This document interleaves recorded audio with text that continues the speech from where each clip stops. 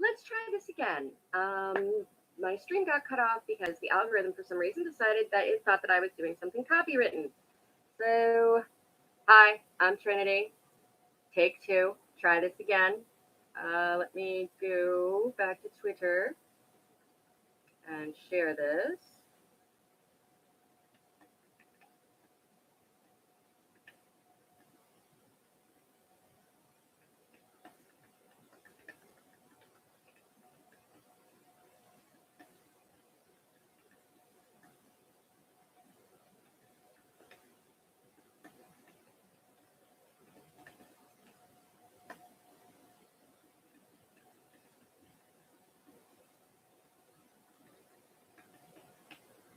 Okay, try this again. Oh, that's right. I gotta put the hashtags in it. It's gonna be interesting when I look at the recording of this, what it looks like of me typing. All right.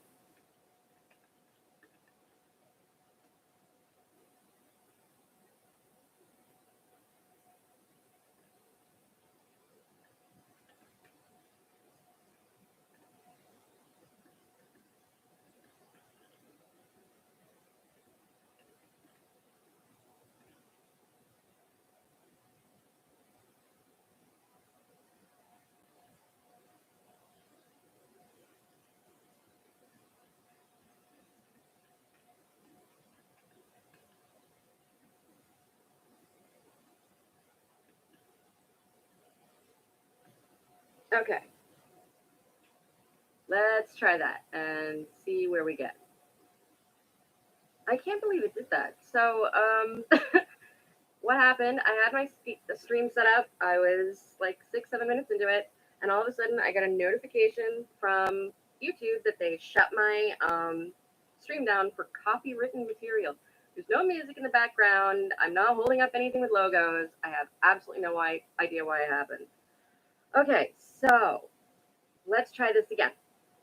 So, as a lot of people who follow me know, I've been learning to make masks. I learned that making masks out of a layer of 100% silk and 100% cotton, um, they rub together, creating a static charge, which causes the mask, if it's fitted properly, to perform on the same level as an N95, which is huge, huge that they've done those studies and found that out because it allows us to be able to make up for some of the shortage here, which is what I'm doing.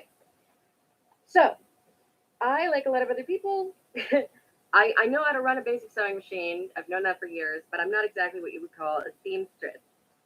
So I have not had a lot of practice and gotten very good at making the fitted masks. The only downside to them, and it's not really a downside, before I make them for somebody, I need to make them for each individual. I need to have a person's measurements from 1.5 inches under the chin to the bridge of the nose, so that I can make sure that they have as tight a fit as possible. Um, but this is my most recent one of those. You can see it's pretty professional, looks nice, fits great. This one obviously was made for me. Eep. Nose wire, not a problem. I tried to make a pleated mask. I figured that A, maybe they'd be easier, and B, they could be a little bit more, there was a little more leniency with the sizing. I could make like just a small, medium, and large, and they would fit most people. What I did not know was that it's not easy to pleat things. Not at all. I I don't know really where I went wrong on this side. Like this side started pretty good, right? When I went to sew it, you can see something went very wrong on the other side. I'm not going to give up on making them. I'm definitely going to keep practicing. However, these are not going to be. This style of mask is not going to be for order anytime soon. It took me, I think, like 3 hours to get this complete mess. The good news is all the mistakes that I make, I learn from, and I can pass the things that I learn as a beginner on to other beginners because a lot of us are in the same position. A lot of skills, sewing just being one of them. We really don't practice very often, and don't really have a lot of unless you're a seamstress or your mother was and she taught you and you worked with sewing machines as a little kid. Okay, so mask making tips, regardless of what type you're making. Number one, obviously, material matters. You can use obviously whatever is on hand in an absolute emergency, but if you are planning to make a mask and you are buying materials to do it, don't cheap out on it. You want to get as high end silk as you possibly can, and I just ordered. I found it actually was the cheapest way to do it. So here's a tip for everybody: 100% cotton, high thread count flannel sheets. That turned out to be a lot less expensive and with much higher quality fabric. I got the micro fiber brushed stuff, so it's really going to be nice and fuzzy. So it'll build a good electric charge. That was a lot cheaper, and I was able to verify the quality of it in a way that I couldn't do when I was trying to buy cotton flannel through Bolts. These, which were some of my first masks, I used 100% cotton receiving blankets, which they can do the job, but I doubt you'll be able to see it, but I can see it. You can see that the thread count isn't very high on it. And while the protection comes from the static electrical charge, obviously we want to be able to filter as much as possible on top of it. So the type of silk that I recommend, because it is well finished, it is very densely woven, mulberry silk, or I'm going to butcher this, charmeuse or charmant, I don't know how to pronounce it, Charmeitne, I think. I'll wind up putting a link down in the description later for some of the fabric that I've just gotten. I've gotten light pink, black, and then I got an entire pound of multicolored, beautiful different patterns and colors of silk bolt ends that are just, pieces of leftover bolts that didn't make quite a yard. And it obviously doesn't take a whole lot of fabric to make a single mask, except, whoops, wrong thing. It doesn't take a whole lot of fabric to do it. So I'm actually going to be making a bunch of custom limited edition style with the new silk that comes in, the bolt ends and all the other colors. My standard colors are probably going to remain for quite a while, the black and the pale pink. I got the flannel sheet material in kind of a dark medium gray. I figured that'll go with just about anything. It won't clash with anything. It'll work on the dark colors. It'll work with the light colors. I also got black elastic. So here's another tip for beginners who are just starting out making masks. Don't get the thicker elastic. Get the 1/8 and not the 1/4 if you are making ear loops, or even if you're doing all the way around the head elastics. The 1/4 inch is too stiff. It's not as stretchy. So when a person puts it on, in order for it to fit right, it's really, really pulling on their ears. So get 1/8 inch elastic, not 1/4 inch. Next thing, nose pieces. Nose pieces are very, very important. They're what allow a person to get a proper fit and seal around the face. I've experimented with several different types of nose wires. For example, in my poor, dirty little pleated mask, I took the nose wire out. I cannibalized because I've run out of a lot of my materials to make masks with. This was just a prototype. From used, cheaper disposable surgical masks that we've used before, sterilized them, cut off the elastics just to be able to throw them on this as an emergency face mask, and took the nose wire out of and slid that in. And those nose wires, they mold really, really well. So far, I put one of these into the mask that I made for my husband. He works at a medical facility. And so far, he's been wearing it for weeks. There's been no breakage. There's been no problem with it. They are a little flimsier than I'd like. I've also used paper clips. And I did something different in each of these. So this was a very, very, very early mask. You can probably see how lousy it looked. I just put in the paper clip and I left the ends out. However, if this was getting a lot of wear and tear, you can probably see that eventually that wire is going to poke out through. So I wasn't happy with that. The other thing that I did, I wasn't sure how to put the nose wire in, and you can see the mess that I've kind of made of the sewing there. So here's what I wound up doing, and here's what I found works if you're using paper clips. I got the rubber backings for earrings. You can get literally like 500 of them for like $5. They're really cheap. And I just super glued them onto the ends of the paper clips, so now it's bigger and blunt, so that it's not ever going to poke through the fabric. What I also did was, instead of trying to make a pocket for the wire itself, I don't know if the camera will pick this up or not. I sewed it by hand onto the back piece. This side, nobody's going to see anyway. So I just stitched it. I kind of pre-shaped it a little bit. You can kind of see the pre-shape that I gave it. And I just went around the paper clip through the fabric, and works like a charm, holds really well. Not a problem with it at all. And it keeps the front of the mask looking really clean. You don't see any lines on it, so it keeps that really sleek look to it. I had somebody recommend to me, and this is what I'm going to be using next, and probably based on what other mask makers are saying, I'm probably going to wind up using it permanently, the metal zip ties. Apparently they're the right width to be able to really lay over the bridge of the nose. You cut them into 4-inch strips. If you want to be really careful, which I am, I want to make the highest quality that I can, because I am selling some of these to people. I have the liquid rubber that you can dip metal into, dip things into to coat it. So I'm going to be coating each end of the wire so that it doesn't cut through. The other nice thing about it is they're made of stainless steel, so you can go through repeated washings with these masks, and you don't have to worry about anything rusting on you. So it was recommended to me. I got the smaller ones. You can get the metal zip ties in, I believe, all the way up to like 15 inches, and I think as small as 8 inches. I got the ones that are like 8 to 10 inches. Again, it was recommended to me. The smaller ones are a little bit lighter weight. They mold a little bit better. So that's what I ordered. Those are going to be in by the end of the week, and I'll be able to make a few prototypes to see how they hold up, how they mold, as opposed to using the wire with the earring backing ends. And I'll see which one of them comes out, able to customize better and goes in and looks nicer and cleaner on the mask. Because while I want them to be functional, I also want them to look good. Like I said, I've pretty much mastered this kind of mask. This does not look good. This is a disaster.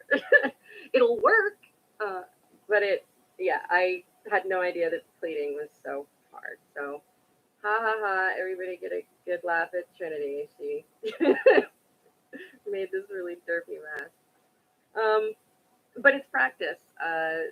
We all need practice on these vital skills. There's not a lot of us now that know how to make our own goods and how to do it in a professional way. So we're having to learn.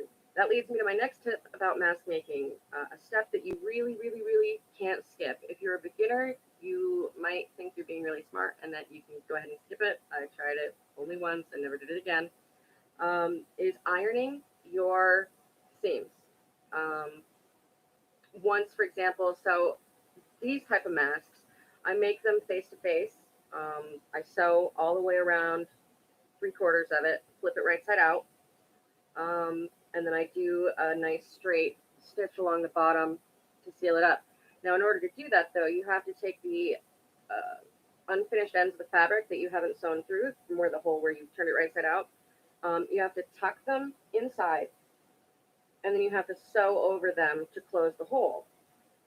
If you try to skip ironing that seam nice and crisp like that, it will be an absolute disaster. Absolute disaster. So make sure that you iron your seams, as well as once you've turned it right side out, iron the whole thing down so that the edges are crisp, so that it's fully formed properly, and so that it'll also lay better on the face. If the edges are all floppy and roundy, it's not going to seal to the face as well. So definitely use an iron. Let's see, what else have I learned here? Stitching for this kind of mask. Again, if you're brand new to using a sewing machine, You can see all the buttons and knobs and dials on it, and they can seem kind of intimidating. I know that's how I felt about them. I recommend using, you'll see on your sewing machine, here, let me see if I can bring mine over here just to give you guys an idea of what I'm talking about. Hang on. I'm going to turn it off, and I'm going to unplug the wire here so that nothing can get me. Ooh, mine's old and has a few broken aspects, but it's all I've got for now. It functions. Of course, I'd love to get one that worked properly. For example, okay, sewing machine for beginner people. Mine's broken up here. Usually you'd see a spindle that was up taller here. It's where you're supposed to put thread. Mine is broken. So I had to get creative because obviously this tiny little bolt right here is not going to hold a full size spool of thread. So I am using bobbins. I'm winding the bobbins, and it is able to hold it here so that I'm able to sew. It's a workaround. So if anybody's got an old sewing machine on hand and the spindle's broken, that's a workaround you might be able to use. Unfortunately, with that being broken, I can't use the bobbin winder on this. A bobbin winder allows you to automatically transfer thread from a spool onto these bobbins. You would put the spool right here on this spindle.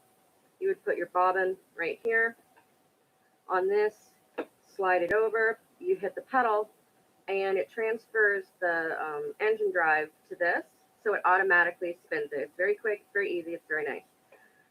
I can't do that with this, so I am actually hand winding bobbins. It's a bit of a pain.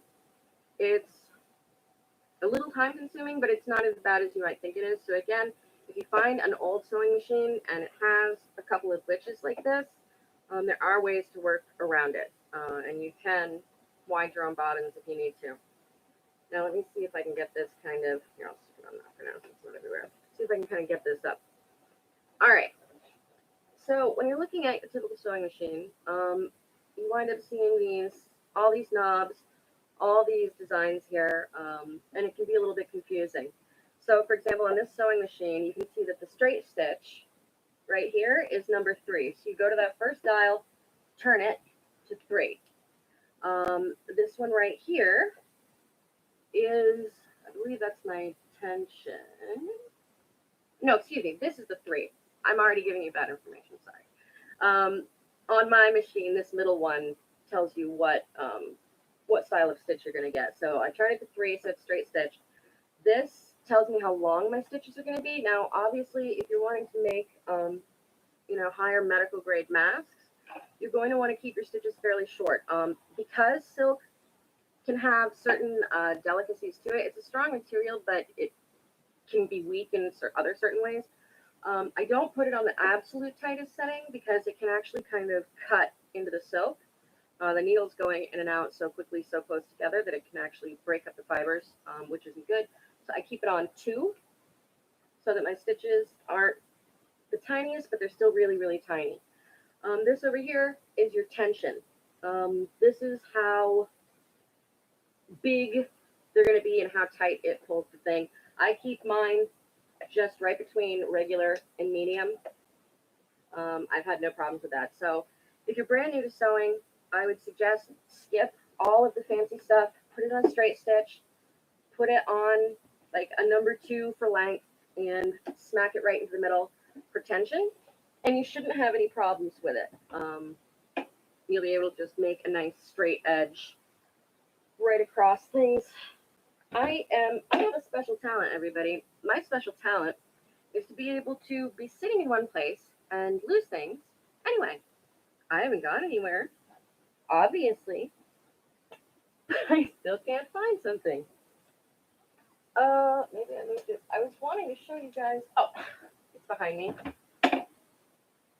So yeah, I wanted to give you an idea of how tight those stitches are. This is not the best camera. I don't know if it'll be able to pick them up. It's not really good at focusing up close. You need to be like a couple feet away from it. I'll see if that takes it all. But you can see that with the settings that I just described, I'm able to make a very straight, very nice, extremely solid seam. And I recommend that. It works well both on the silk, flannel, particular case was a 3-layer mask. This is 600 thread count, 100% cotton fabric on the back side of it as an extra filtration layer, and it worked just fine on the slightly heavier fabric. So don't try to get too fancy with it when you first start out. Use a straight stitch, put it on number 2 for the length of it, and put it kind of in the medium range for the tension. All right, so what have we covered? Oh, next, cannibalizing disposable masks. It has allowed me, before I decided I was going to get into making these in a larger quantity, I was just kind of trying to make my masks out of any material I could find. The way that this kind of came about, my husband works in a medical field. He works in a psych hospital. As many people can tell you who have been essential workers, even in medicine, there is an incredible shortage on personal protective equipment, such as masks, as well as there was a lot of early resistance to wearing masks. I get it.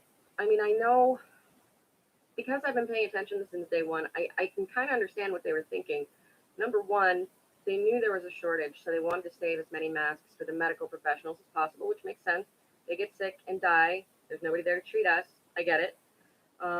Also, and this is an absolute fact, wearing especially the higher medical grade masks that are made out of the heavier synthetic materials, both respirators and the really good tight-fitting N95s, takes a lot of discipline and training. Most people think it's no big deal, you throw a mask on.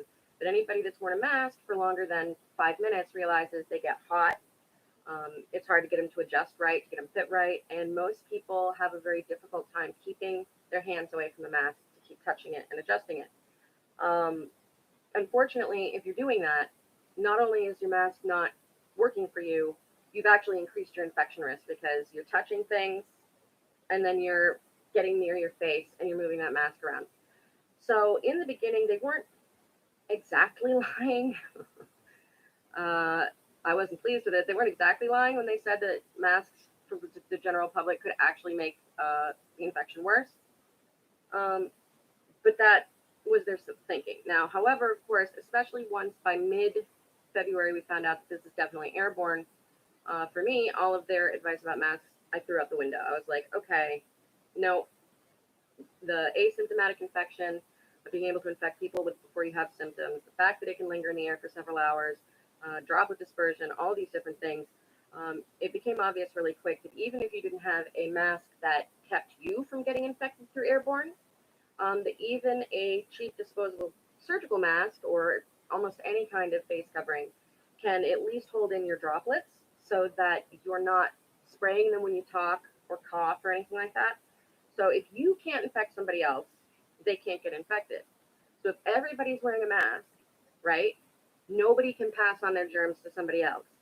If we could get every single person on the entire planet, or I'll be just happy with the country, wearing a mask at all times when they are out in public, we could really get a hold of this infection. We would then have it down to only very, very close contacts would be able to transmit it to each other through the other routes, people that live in a house together. But we could really get rid of a lot of the community transmission if we had masks on people's faces.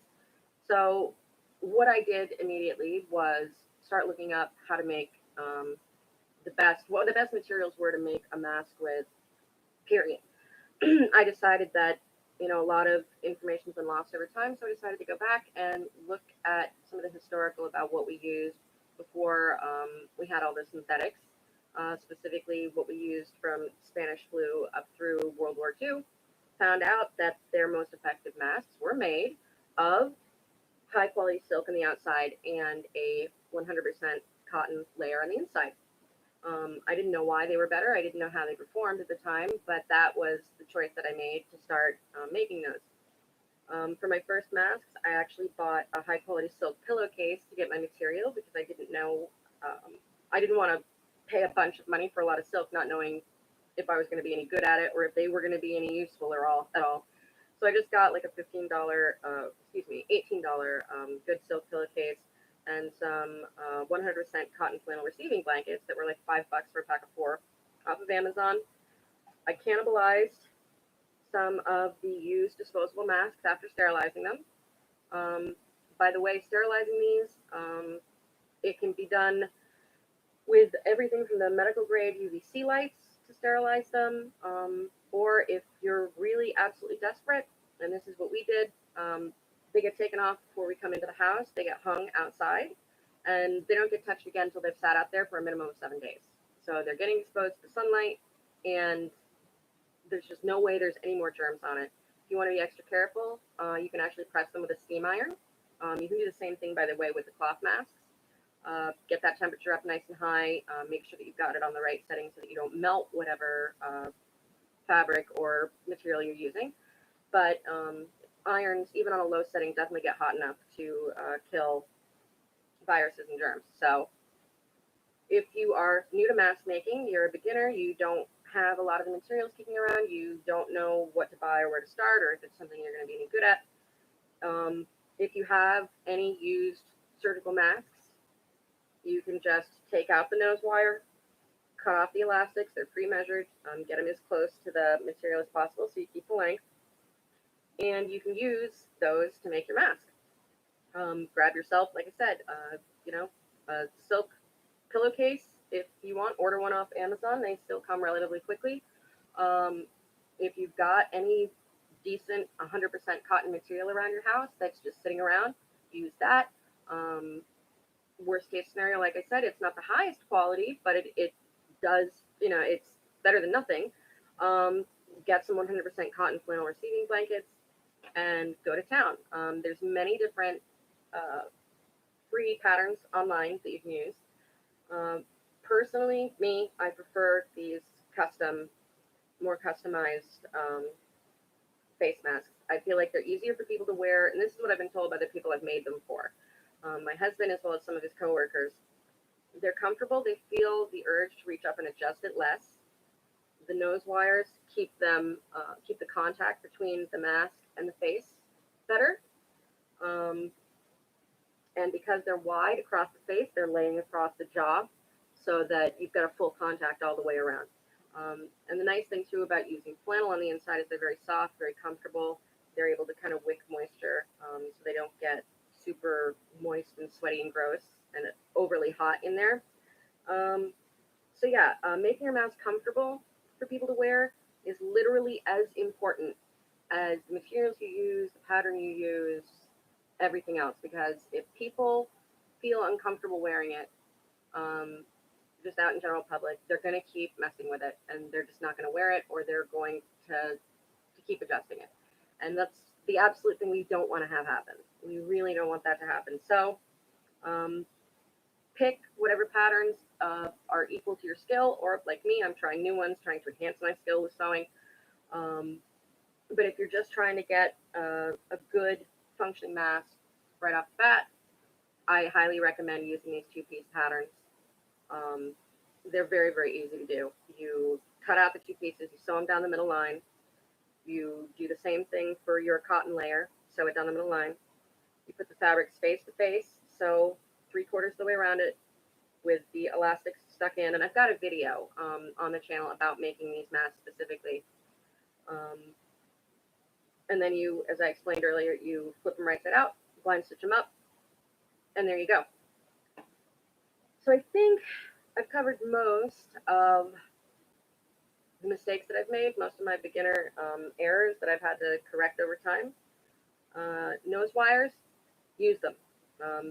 There's lots of paper clips, cannibalizing them out of a used mask, pipe cleaners.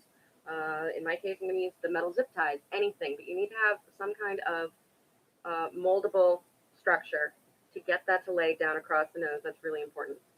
Iron your seams. Don't think that you're saving time by avoiding it. It really doesn't take long at all. You just have your iron kind of sitting out ready. It takes it takes less than a minute. You can see I didn't do that. This was the original mask I ever made. That's why I'm showing it to you guys. You can see I didn't iron it, right? And look what happens. Yeah. The stitching for this section did not hold up at all. So I'm making mistakes and showing them to you so that hopefully you don't have to make them too. Always iron. Use the lighter elastic. I've run out of my black elastic and more is coming in. Um, this is slightly heavier, and I've had some people complain about it pulling on their ears too much. Whereas the uh, quarter-inch stuff works, or excuse me, the eighth inch, it's much more forgiving. I actually think I've got some to show you here. Like here.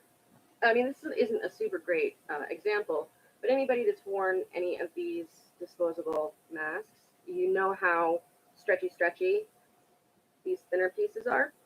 And you want that. You want things that are going to be stretchy and hold enough to keep the mask in place, obviously. But if they're pulling too hard on the ears, they can pop off, slip off, be uncomfortable. People are moving around. Get the quarter. So yeah, I think that as far as the beginner mistakes and mask making tips, I think that pretty much covers it. Iron your seams, nose wire, pick a pattern that works with your skill level, and keep it simple, stupid on the sewing machine. All right, so let me pop my glasses on, and I'll look down here. Let's take a look at what's been going on today. The situation is such that it's almost like there's so much happening every single day that is a blur to the point where it feels like nothing's happening every day, if that makes any sense. That's how I feel about it anyway. So I'm just going on to Twitter. I'm just going to search coronavirus. I have a couple of keywords I use to get good information. I don't put a hashtag with it. I use coronavirus, COVID-19 with no space or dash. And then I also will type in the word pandemic. Between those three, just those three basic searches, you can get pretty much every angle of coverage of the current situation. COVID-19, obviously, you tend to get more international as well as scientific papers and articles. Coronavirus tends to be where you get news from, more individual citizens giving their own personal accounts or thoughts on the situation. And pandemic, I tend to find I get more logistical data by putting in pandemic.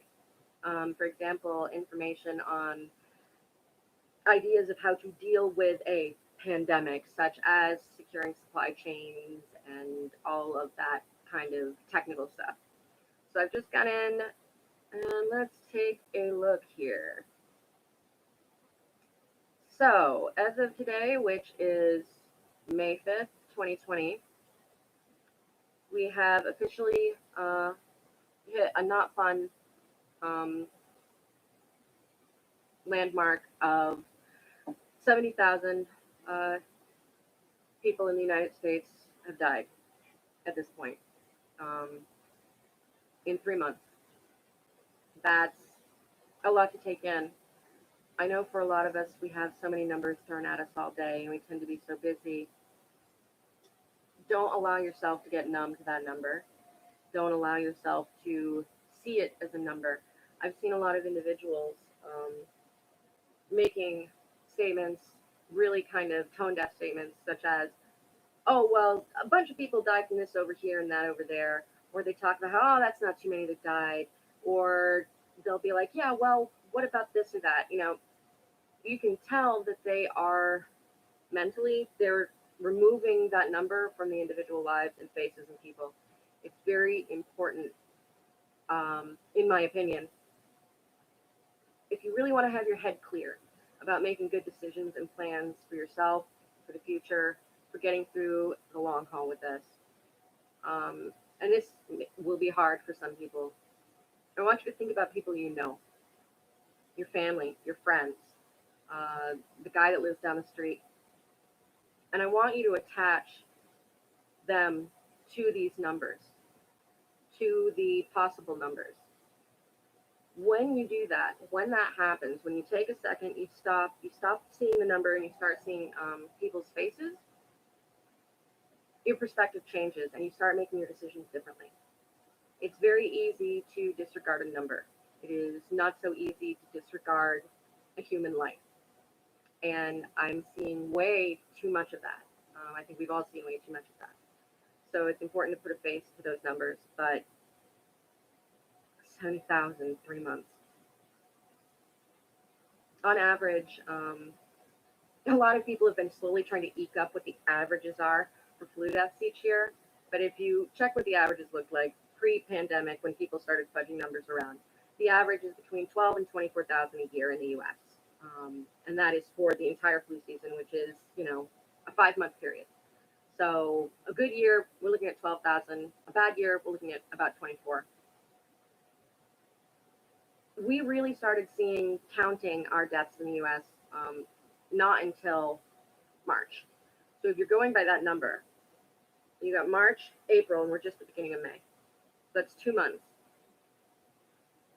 Over 70,000 dead in 2 months to a virus that has not had time yet to fully spread to its furthest capacity. In 4 months, it went from patient zero to this. That is how contagious this is. That is how fast this moves. It is incredibly serious, and it's important to have context for the numbers that you see. There have been a lot of milestone numbers that have hit me hard, but the 70,000 is hitting me harder. It's definitely hitting me harder. 50,000 is bad, but I don't know why 70 seems so much more significant to me. 100,000 is going to be horrible, and we will get there and above. There's no really any end in sight for us. Unfortunately, we still don't have the supplies we need. We still don't have the cooperation of the people. We still don't have the full effort of our authorities. We don't have the money.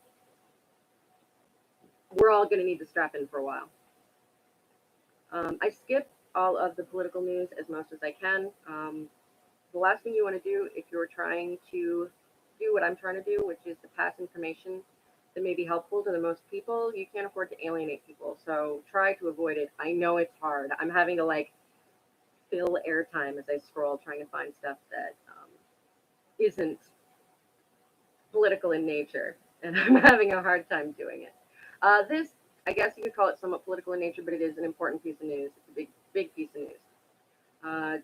Dr. Rick Bright, who said he was shoved out of the coronavirus response job for pushing back on efforts to fund drugs promoted by those with political connections, he just filed a whistleblower complaint charging gross mismanagement at HHS.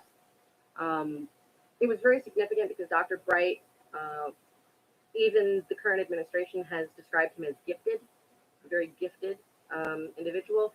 He was working on the vaccines research, and he was fired basically for saying that chloroquine was not a magical drug, and that yes, in fact, it does have serious and potentially lethal side effects. It's something that needs to be taken seriously and something that you need to talk to your doctor about and make that decision. He was fired for that, and so he's filing a whistleblower complaint, and I'll be interested to see what's in it. Let's see here. Wow, this is getting really difficult to sort through the politics. All right, so I think we've all noticed the back and forth of it's man-made, it's not man-made, it came out of a lab, it didn't come out of a lab. Here's my take on all of the information I've seen. Especially in recent days, we've been hearing conflicting information from all different angles. For example, here, the Joint Chiefs of Staff Chairman says evidence suggests that the virus was not man-made or released from a lab. So I've heard pretty consistently people saying they don't think it was man-made. Whatever your opinions are on it, or whatever you hypothesize, to be perfectly honest, at this stage of the game, we'll leave that to the scientists to deal with who are trying to make vaccines. As far as where it originated from, where patient zero originated from, back in early February, there was it was supposed, I obviously couldn't confirm it, supposedly a whistleblower from the lab in Wuhan stated that there was an accidental contact between an employee and a bat that they were studying. And that individual had a family member that lived in a nursing home that was on the same block as the market where we tend to think of the virus as originating from. I found it to be completely plausible. It obviously that doesn't indicate released from a lab, nor does it indicate man-made. But it does lend a little bit of, well, that would make sense as to how, what the risk factors were basically. I had somebody earlier today making a comment saying, with catching large amounts of bats and studying bats for whatever research you're doing, you do increase the risk of getting one that has a mutated coronavirus. They tend to carry coronaviruses. One of the really prevailing theories that I've heard, we've come all the way back around to bats again. We were at bats, and then we were at pangolins, and then we were at who knows, and we've kind of come around to bats again. So the one that I would personally give the most credence to was a little of column A, little of column B. I think that there was legitimate, non, bioweapon research happening on bats, and I think that somebody got very unlucky and had contact with the wrong bat, and I think that may have been how the whole thing started. But that's just personal opinion here. Everybody has an opinion about this. I'm not claiming that it is fact, so just want to lay that out very clearly. I don't see anybody knowing what this thing was and intentionally releasing it. That just makes no sense to me. A virus like this is a wildfire. It is completely uncontrollable. There is absolutely no way that you would be able to control this thing. And anybody, if somebody, quote unquote, made it and released it on purpose, they would know that. Anybody that has studied this thing at all can tell you that it's not something you can really control. It's been politicized from the beginning. Yes, it has. Everything's been politicized for years now. I can't even pinpoint when the whole weaponizing of politics started to this extreme, but Lord, it definitely took off during the 2016 election. I personally believe it was going on before that, but it really took hold in the last election. So, okay, about testing here in the U.S., there has been, again, a lot of cherry-picked data or spins on the information. Here is the absolute information that is true. It is a fact that the number of tests, period, just as a country doing tests, yes, the U.S. has tested more individual people than anybody else. However, and here's where the context comes in. If you look at number of tests per capita, meaning numbers of tests done per citizens that live here, we are actually way below the list. And that matters. The percentage of your population that you're testing is what matters, not the number of total tests. What matters is that you are getting a certain percentage of all of your people together. And we have not been able to meet that demand well. I believe last time I checked, I think we were at number 7, or possibly even number 10. The reason why, especially for the US, that's such a problem is we have so much travel happening here. We have a lot of money in this country, and we have a lot of means. And the downside of that is it allows us to run all over the place. So yes, it is true that we have done more tests total. It is not true that we have the best testing system or that we're testing the most. Because as far as percentage of our population, no, we definitely are not reaching the numbers that we need to reach. Now, the fact about the testing, to be fair, and to be as unbiased as possible, because we don't have a lot of United States manufacturing of raw materials and goods, we have outsourced most of it. We are competing with the rest of the entire world for the same materials and supplies. Everybody on the planet is dealing with this virus. Everybody on the planet needs the same stuff. And there's just not really enough to go around.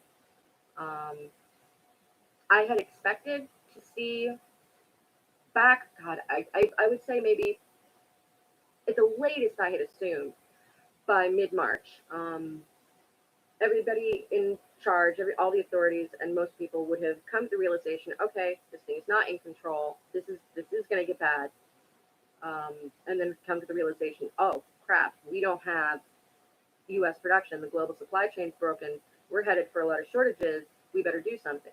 I expected, um, really, in that first uh, stimulus bill that they put forward, I really expected to see a big focus on getting production started in the country. Um, it just seemed automatic to me. A, we need the supplies. B, we can see that it's a huge weakness for us, one that isn't just a problem with this situation, it's a problem with any disaster situation when you're reliant on outside of your own country to be able to get supplies. So I had really expected to see industry being at least the beginnings of it. I know it takes time, but I expected to at least see a really good start made on it. I mean, heck, just for example, I'm just a person and I don't have any really prior training, um, but I've been rapidly able to start learning the basics, at least, of how to make masks that equal N95 rating, um, gaining the skill, the training for it, and getting the supplies to be able to get some of these into the hands of even just a few of our medical workers. I've been able to do that, and I've done that out of my own pocket. If people who have the skills um, were given the money and the directive to start their own businesses, A, would create jobs from construction all the way to administration and everything in between, which would help with a lot of the job loss that I've explained before. It's permanent. People are broke now. The supply chain is broken. Most of those businesses that closed are not coming back. I mean, some. I'm not saying all of them. There's a good chunk of them. Those jobs are gone and they're gone forever. Um, we could counteract a lot of that by getting new industries running, and it would get us independent, and it would get us the supplies to deal with the pandemic. It seemed like common sense to me, and so I really expected it. But here we are, over 70,000 dead, and I'm not seeing a lot of movement. The Production Act has been used a couple of times, but not nearly the way it needed to be. And in the case of the meat industry, which is another piece of recent news, meat plants, not just in the U.S., but all over the world, meat processing facilities, large scale, obviously they're vectors. You've got bodily fluids of mammals being thrown all around, a bunch of people. Um, I don't quote me on this, but I believe cows can be infected along with cats, dogs, and other things. Point being, it's the perfect storm environment for a germ of any kind to really take hold and become a vector. So we know that's happening. Yes, we are facing food shortages. I think that it's a tough decision to make on what to do about it. I don't agree with the decision to force them to stay open without putting in new mandates to help better control the situation. Just me personally, I'm not going to be eating any big meat anytime soon. I just keep having visions of infected meat. Yeah, cooking would probably kill most of it, but I ain't taking a chance. Um, I think that it is maybe not the highest risk, but I think it is definitely a risk factor that could increase over time, having those meat plants forcibly kept open without changes to their regulatory function.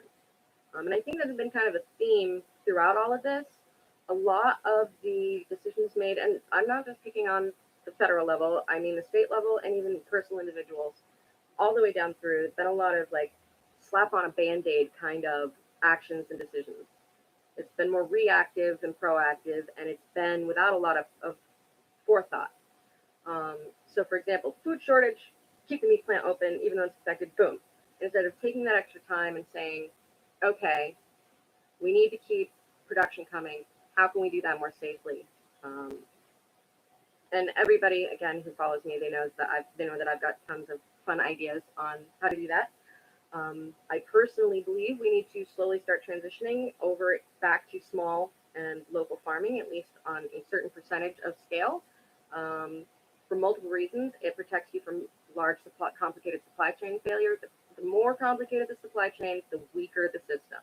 The less it takes to make it so that your of the grocery store. So I'm a big pusher for local production, not just small farm, but even backyard gardens, chickens. Just start getting more food put into the system. The more food we put in locally, the less strain there is on the national supply.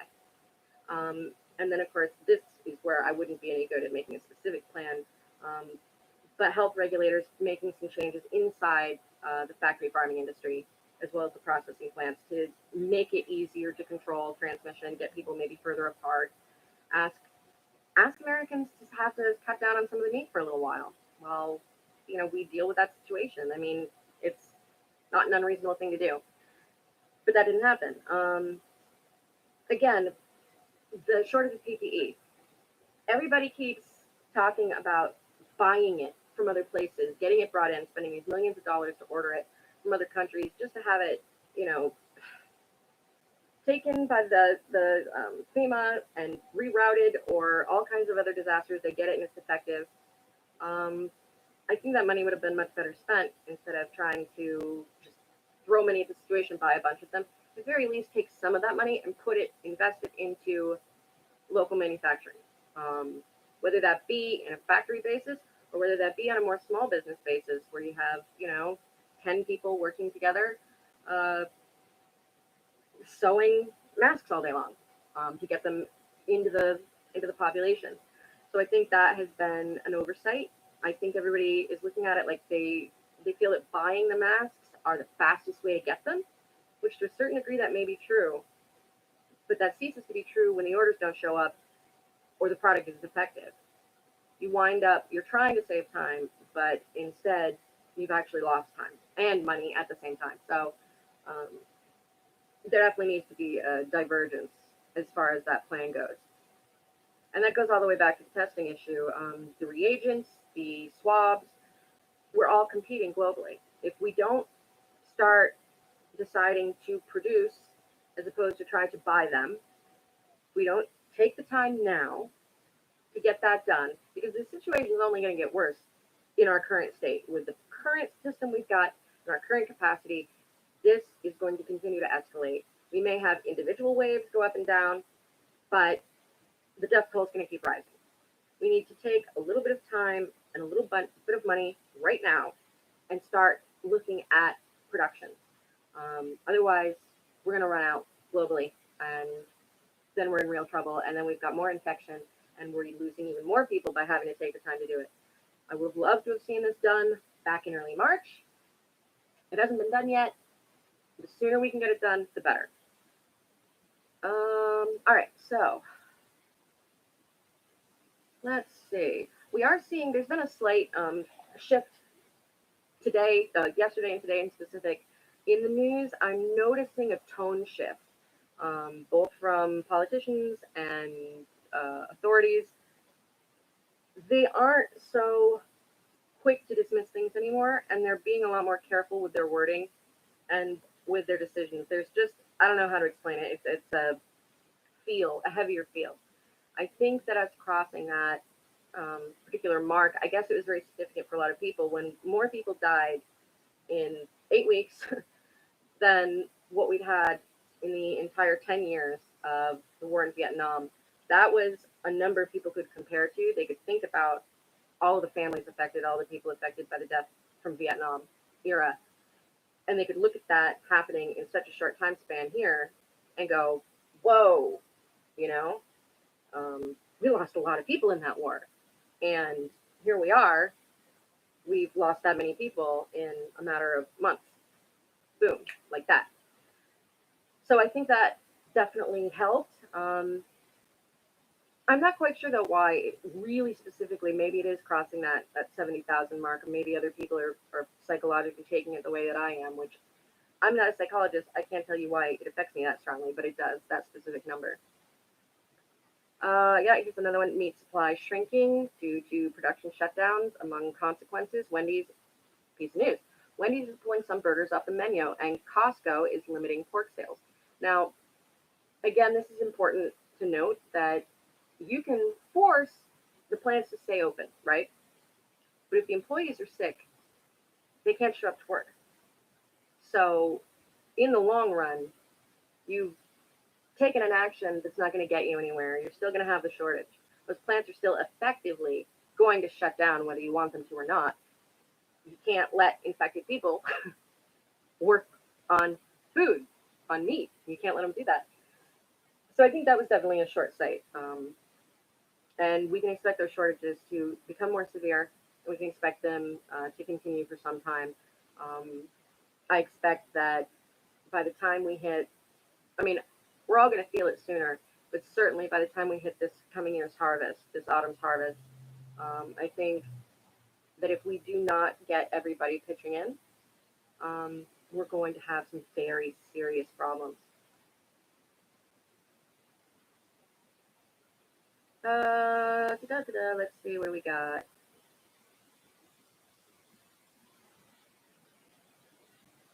So this is the total number of current infected that we've tested and counted in the U.S. right now from Johns Hopkins. We're at 1.2 million confirmed cases. That's both a huge number and a small number. And what I mean by that is 1.2 million is a lot of people, but it's a very small percentage of our population. The U.S. has a population of 328 million people. This virus, let's say, because we know we're not catching everybody, let's, I don't know, be generous and just for fun, say that we're only catching 1/10 of the people. Let's say there's 10 million people infected in the U.S. This virus is still brand new. It hasn't gotten a chance to spread that far yet. We're looking at what we have for a death toll in such a short period of time. And that's the people we've counted. This is important to factor in. I know a lot of people are trying to say that their numbers are artificially inflated. Bull crap. There, I'm sure, are some isolated incidents here and there of somebody having the virus and just so happening to die of something else. But usually, a person with pre-existing conditions, if they get the virus speeds up their death. It's a death from the virus. Anybody who has been told they only have a certain period of time to live, every single day becomes precious. And getting this virus has robbed those people of those days. That is absolutely a fatality. In fact, we know for an absolute fact that we are off the mark on the true numbers by a huge margin. We know that just by looking at the other deaths that have happened that have been attributed to things like pneumonia, sudden cardiac, flu-like illness, and flu numbers. If you put up a little chart and you lay them over each other for the last 20 years, while the numbers may vary a little, they'll follow a pattern, and they all kind of match. And what happens when you start overlaying the death data since December?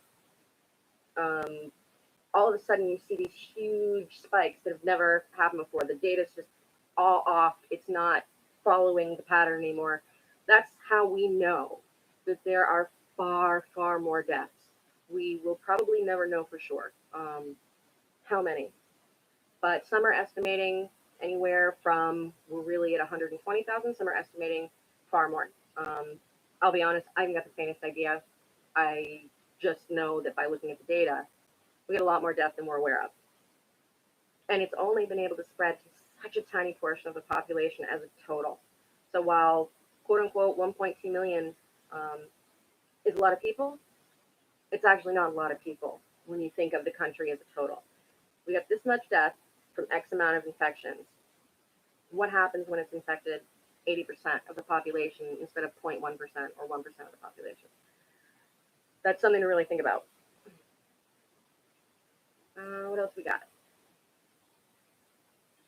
In the early days, getting new information, relevant news was a lot easier. There was a lot less people posting using some of these specific words.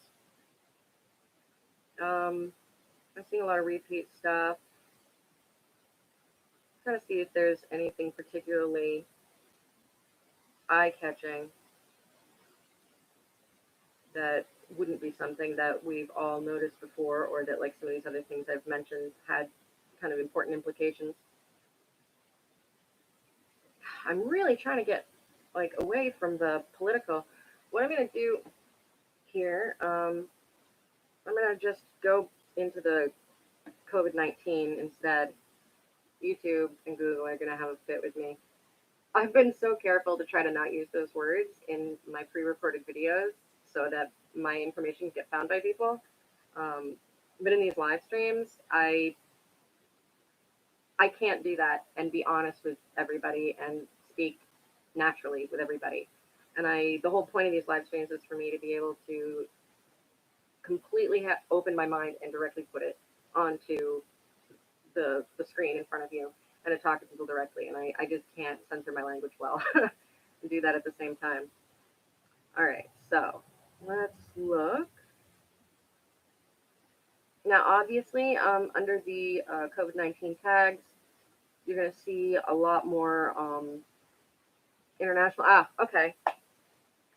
Yeah, this is a big one and it's driving me crazy. All eyes are on Gilead as its next steps with the COVID-19 drug remdesivir could determine if the company and industry overall is lauded as the hero of the pandemic or condemned for price gouging. Wow, that is not an encouragingly written statement. That is not a medical statement. That is not a scientific statement. That is a statement about money. And when you see that, you should have little red flags that go off that tell you, hey, we may have a problem here. Here's the issue. We've tried it a lot, remdesivir. If a drug works, if something's a miracle cure, it's a miracle cure. It works. Give it to people and everybody stops dying. That didn't happen. I'm not saying that it could not have some benefit to treat some symptoms. I don't know. That I don't know. But what I do know is it's not a cure. And I do know that the sudden second push, see, they pushed remdesivir back in early to mid-February, probably closer to mid-February. We sent literally thousands and thousands and thousands of doses to China. There was huge scale testing done over there with it. It was determined no statistical difference. And we're talking thousands of people that were treated with it against thousands of people that weren't. No statistical difference was found. Some people, don't feel that the data from another country is good enough for them. Fine.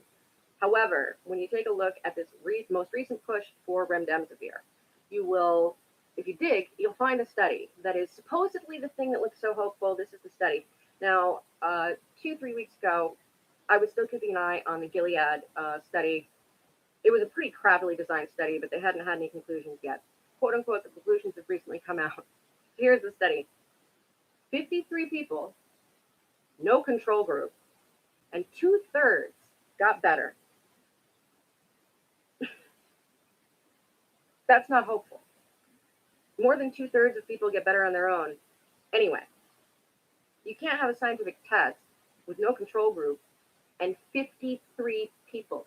Statistically, for something like this, that is a completely insufficient number. At the absolute worst, if you have 100 people infected with this disease, let's just give you a mid-range number, 2 people are going to die, maybe 5 people, if it's a particular anomaly or you get more people in that particular group that happen to have pre-existing conditions, whatever. If you only got 53 people, you can literally draw 0 conclusion from that. 0, nothing, no how. And if anything, if only 2/3 got better, it might actually be hurting people because more than 2/3 should have gotten better over the course of their treatment. It's a joke. And you can see by the way that these headlines are written, the focus is not on health at all. It is smoke and mirrors and it's about money. And it really ticks me off. Somebody that I really respect as a scientist, he's got a YouTube channel. Some love him, some hate him. I love him. Thunderfoot. He is a nuclear physicist. He's worked, we're talking Large Hadron Collider. He's worked in biochemistry. He's invented multiple different items for lab testing usage. The guy is not a medical expert, but I respect his ability to read a scientific study and to be scientifically literate. Let's put it that way. And his take on it was this. While it is not outside the realm of possibility that we will have a drug that was pre-existing that just so happens to maybe treat a new virus that shows up, historically, it has never happened. 0.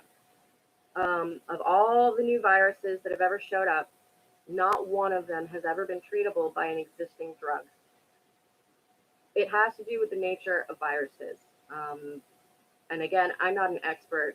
I'm not going to try to heavily go into the details. I'll just tell you what the experts will tell you and what the summaries will tell you, and that is it's very hard to kill a virus without killing the organism itself. The things that kill the viruses kill your cells, tend to kill your cells.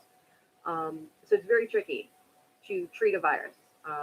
Most of the time, your best bet is hoping that the immune system will fight it off on its own and maybe treating the symptoms, which is what we do with a lot of things. Um, we do have certain antivirals and stuff, but they have limited effects, and none of them were made for coronavirus. You've always heard about, cure for the common cold. Well, and everybody talks about there's never been a cure for the common cold. Well, a lot of what we call the common cold is actually a type of the family of coronavirus. Um, so while it's not completely impossible that one of these drugs that we're trying will work, it's just statistically very improbable. And then when you get junk studies like this, yeah, come to me when you have some proof. Come to me when you have something solid. Don't throw fake hope at me. We have so much to be genuinely hopeful about. We could be generating real hope in people instead of getting their hopes up and then letting them down. Um, there's hope to be had in hard work. That's the beginning, middle, and end. There's no easy way about this. There's no way to get out of this by sitting on our asses. We're going to have people working their ass off to be able to get through this and get out of it. But I personally look at my country, I look at its history, I see people that historically have, when times have gotten hard, they've been able to put their nose, to the grindstone and push through whatever is in the way. And I'm really hoping, I really believe it's possible that we can do that again. From making masks to getting industries, which many have done on their own, smaller businesses, transfer over to production, change their production to some of the shortages we have, to, grannies doing backyard gardens. I don't care. I believe there's hope there, and I believe we can survive this, and I believe we can actually come out of it stronger in the end. So give people real hope and motivate them to create their own hope. Don't lie. Don't fake it. People, we've already done that enough in this situation. People have lost trust in anybody or anything, myself included. I only trust the data I can find and that I can compare to other data and match up. I need at least 3 bloody sources to believe just about anything at this point, which I don't think is unreasonable. We've been lied to and tricked over and over and over and over, especially if you've been paying close attention since January. Everything we know true about the virus today, we were originally told way back then. And for weeks and weeks and weeks on end, we were told by the media and told by the authorities, not true, just a rumor, not true, just a rumor. And then weeks and weeks later, well, it could be true. And a few days after that, well, it's sort of true. And then a few days after that, it's completely true and it's even worse than we thought. That's literally been the pattern of every single detail of the virus. Of course we don't trust anything anymore, so don't keep lying. We're not stupid. All right, let's see what else we've got. How long have we been streaming? All right, so a little over an hour, so that's not too bad. I don't want to make it too long for people, but I do think that aside from going over the beginner's tips for mask making and from the mistakes, I think it's important to sit down together and go over the current news and the situation and getting kind of a rounded idea of what we're looking at. All right, piece of international news. The UK officially has the highest death toll in Europe, over 30,000 recorded dead. A truer figure probably estimated at about 54,000 dead, which is, again, entirely reasonable to think. Official numbers, any epidemiologist will tell you, anybody working for CDC or any health organization will tell you, the official numbers are never meant to represent the total. There's no way in a large-scale outbreak or pandemic that you can catch and find and test and completely confirm every single case and every single death. You just cannot do it. It is not possible. I don't know how many times I've had to say it in articles, in social media, and even in previous videos. Those numbers are not meant to represent the, the actual number. They are a sample size from which we can get statistical data from and compare to other illnesses. Um, as long as we keep our testing criteria consistent for disease to disease, which in the early days of this, we weren't even testing enough. We hit a point where we kind of hit equilibrium, where we were probably percentage-wise catching the same amount of cases for COVID as we were for flu, which allowed us to put those numbers against each other and compare orders of magnitude. You can play with the numbers all you want, and you can make them appear, the percentages look bigger or different by how many infected you add in and how many of these you count or don't count. But there's a number that is solid. How many died from one thing and how many are recorded dead from the other thing. You're recording them pretty much the same way, which is usually hospitalizations, people that suddenly die or die in hospital, which is how we count most flu deaths and most COVID deaths, even now. You can compare those things. Hi, say hello to Mr. Bunny Butt. Hello, Mr. Bunny Butt. Mr. Stenwick. Here's that little bunny butt. Here's the little bunny butt. Yeah, he's a Manx cat. Hi, Baba. Hi. It's the order of magnitude that matters.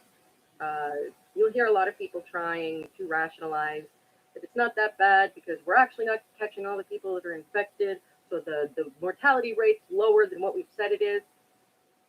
Problem is, the number we have, the number we did count, that 70,000, it doesn't go away. You can't rationalize it away. No matter how hard you try, believe me, some people are trying. The average deaths from the flu over an entire season, those numbers are, as we record them each year, they are solid.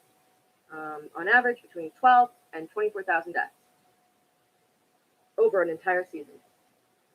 We have managed to record 70,000 deaths from COVID in 2 months. I mean, obviously, there was a couple of hundred that happened before that we recorded, and plenty of early deaths that didn't get recorded at all. But if we're going by the official numbers and the things we were able to count, in the course of 2 months, over 70,000 deaths. A new virus that has not had a chance to spread to as many people as the flu spreads to every year. Okay, that's important to understand. We're nowhere near the top of the damage that this thing can do. We've only got a tiny, tiny percentage of our population currently that has been infected. And we don't even know if you can catch it again or if it's never going away to begin with. That's another fun thing. Piece of news came out today. This is old news, but they're starting to admit it more. We're starting to see it in our own country. Individuals who recovered, tested negative after testing positive, were declared recovered. Weeks and weeks later, getting sick, testing positive again. One of two things is occurring. They're either becoming reinfected, which means immunity doesn't last, or they weren't recovering to begin with and the virus is going dormant, similar to something like cold sores and herpes, where the virus goes dormant, you can't see it anymore, only to reemerge later to build on the damage that's already done. Because that's the problem we are seeing with the people that are testing positive again.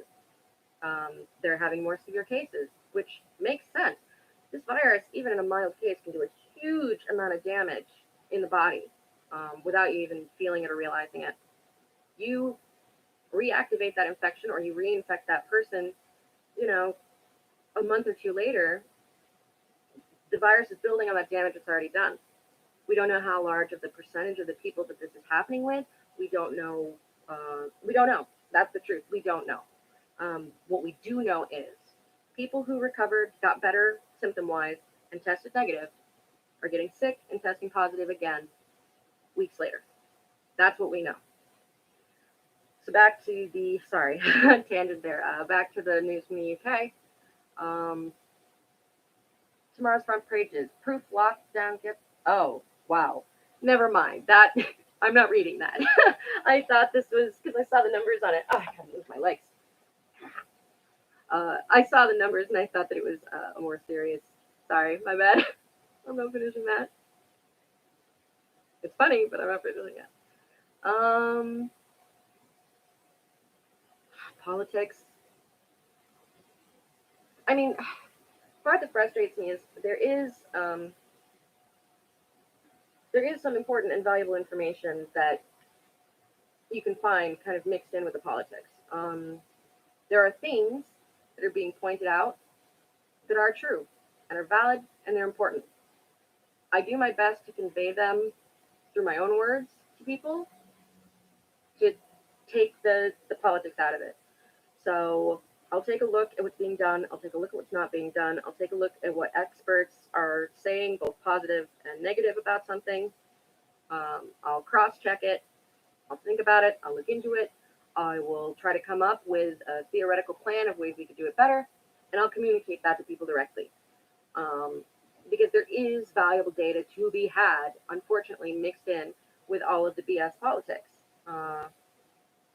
But if I just present it, it can appear as though I've picked a side or I'm being biased, and that can alienate people and cause them to tune out or stop listening, and we can't afford to do that. We've made a very critical error, polarizing everything and weaponizing politics about everything.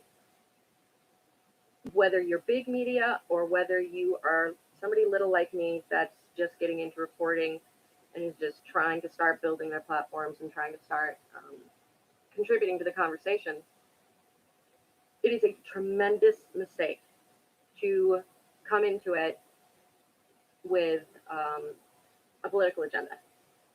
People are going to see it.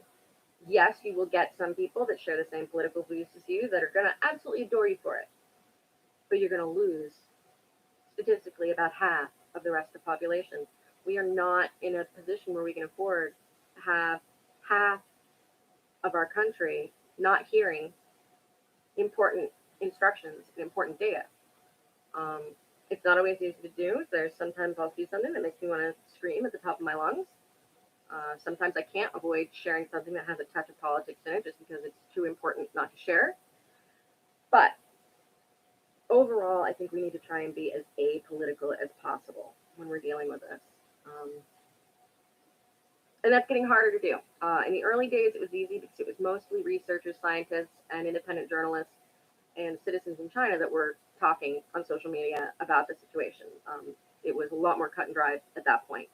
Once the the Western world's media got involved and the politicians got involved, everything got muddy really quickly.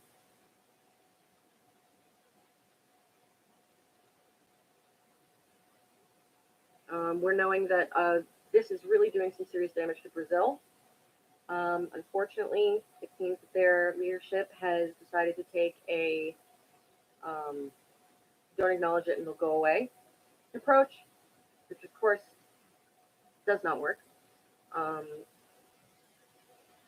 from what I see from both international news as well as some individuals from Brazil that are speaking out, I guess it's pretty bad. My heart's absolutely broken for it.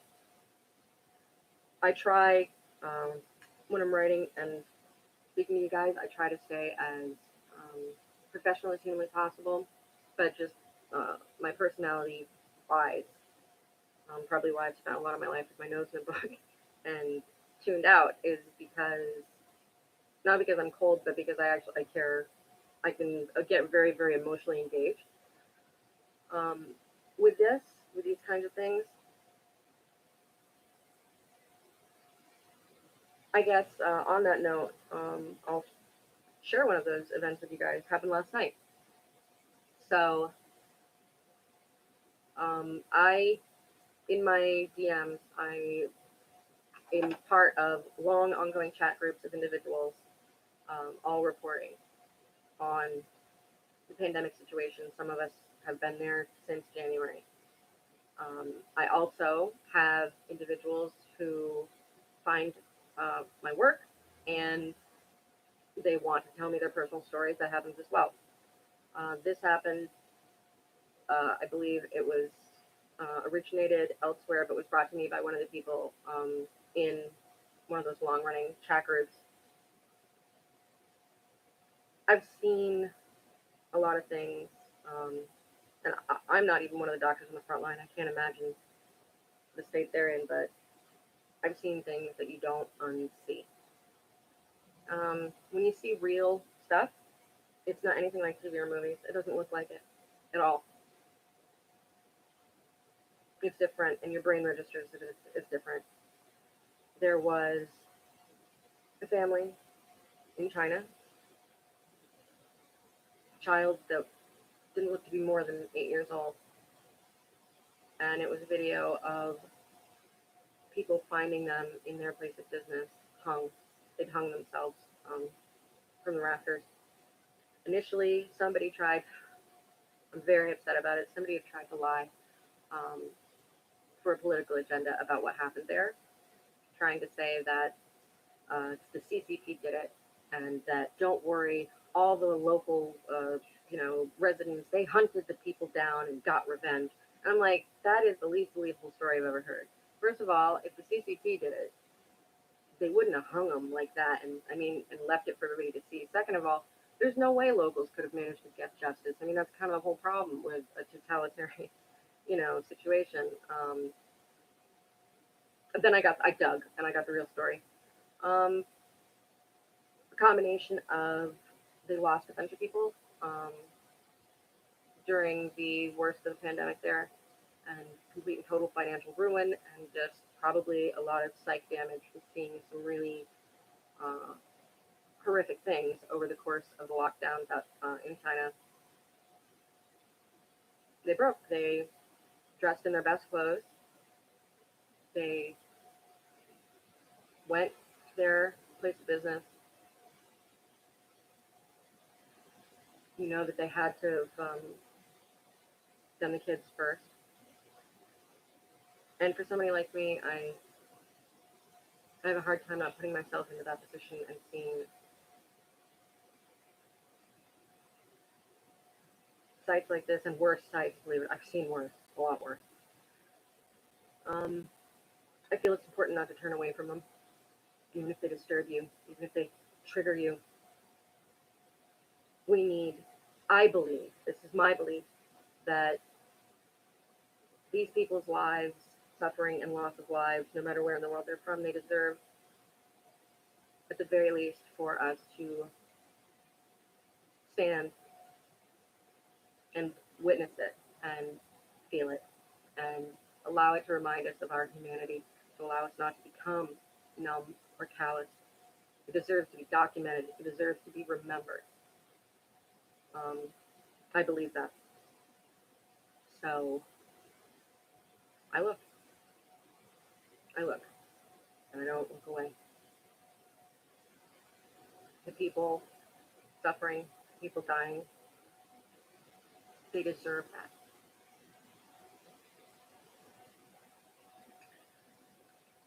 Just real quick, scroll through and see if there's any more news.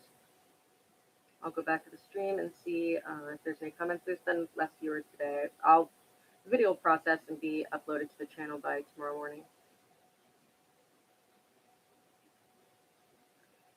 Piece of news, important. A Louisiana women's prison tested inmates for the virus. Almost all were positive. The United Nations says infections are a major concern in U.S. prisons. 70% of federal inmates tested positive, with at least 40 deaths, including a woman who gave birth while attached to a ventilator. We're having a problem with the prison. We're not getting accurate information out.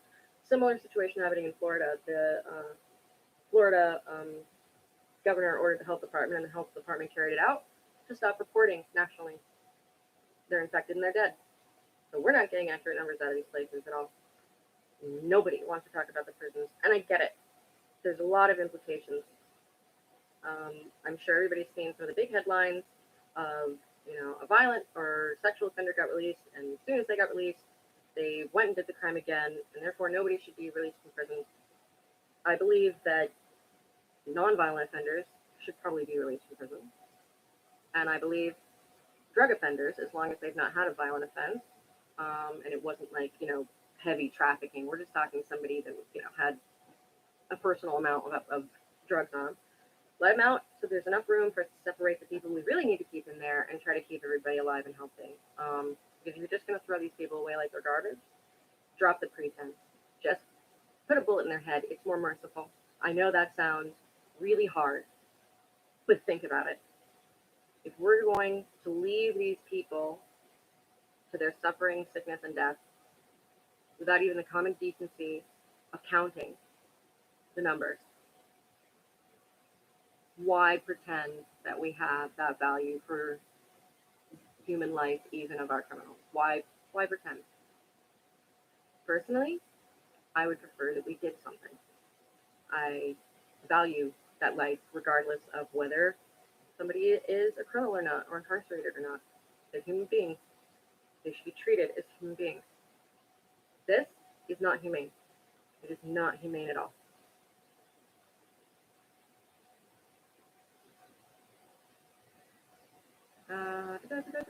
Let's see what we got.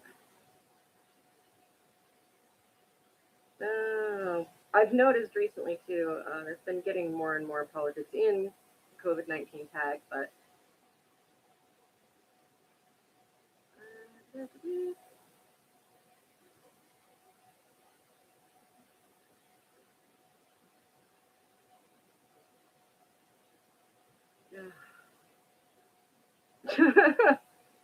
oh, and the porn bots. Can we all just give a round of applause for our hardworking porn bots who are working through the pandemic?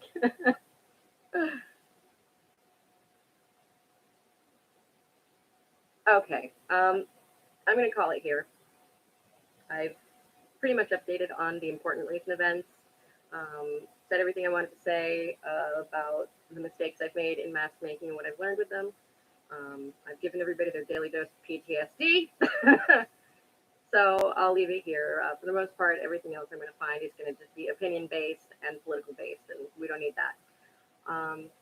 So if you want to support my work, you can donate to my Patreon. You can subscribe to the channel, like, share, all that fun stuff.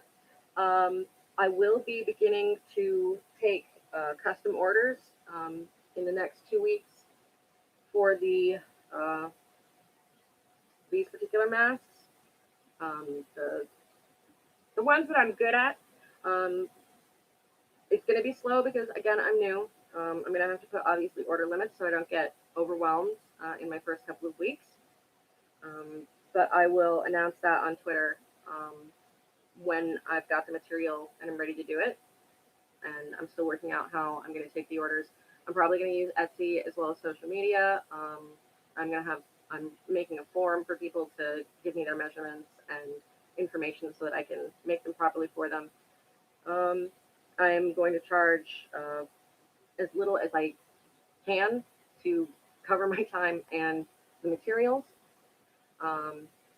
Like I said, I'm probably going to go with $27, but that includes the shipping. Like I said, the price goes for the silk all the way from 20 to 40 bucks a mask.